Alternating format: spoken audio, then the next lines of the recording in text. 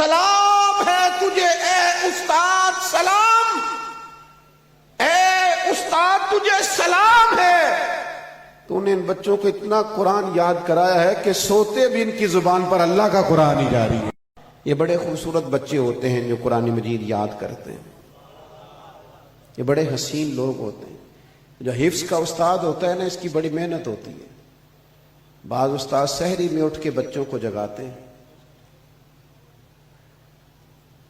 ناشتے تک پڑھائی، ناشتے کے بعد پھر 11 بجے تک پڑھائی، پھر زور سے عصر تک پڑھائی، پھر مغرب سے عشاء تک پڑھائی۔ بعض بچوں کی منزل رہ گئی، عشاء کے بعد بھی پڑھائی۔ میں کیسے آپ کو بتاؤں یہ بچے پڑھتے ہوئے کتنے پیارے لگتے ہیں، میں کیسے آپ کو خبر دوں۔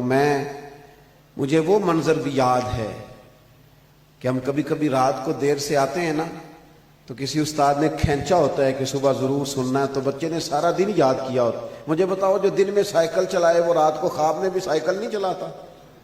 بولو نا، چلاتا ہے کہ نہیں؟ جو دن میں گاڑی میں بیٹھا ہو خواب میں بھی گاڑی میں نہیں بیٹھا ہوتا۔ میں نے اپنے کانوں سے سنا ہے حفظ کے بچوں کو کہ سارا دن جو سبق یاد کرتے ہیں وہ سوتے میں بھی دہرا رہے ہوتے ہیں، سوتے میں بھی ان کی زبانوں سے وہ قرآن نکل رہا ہوتا ہے۔ سلام ہے تجھے اے استاد سلام، اے استاد تجھے سلام ہے۔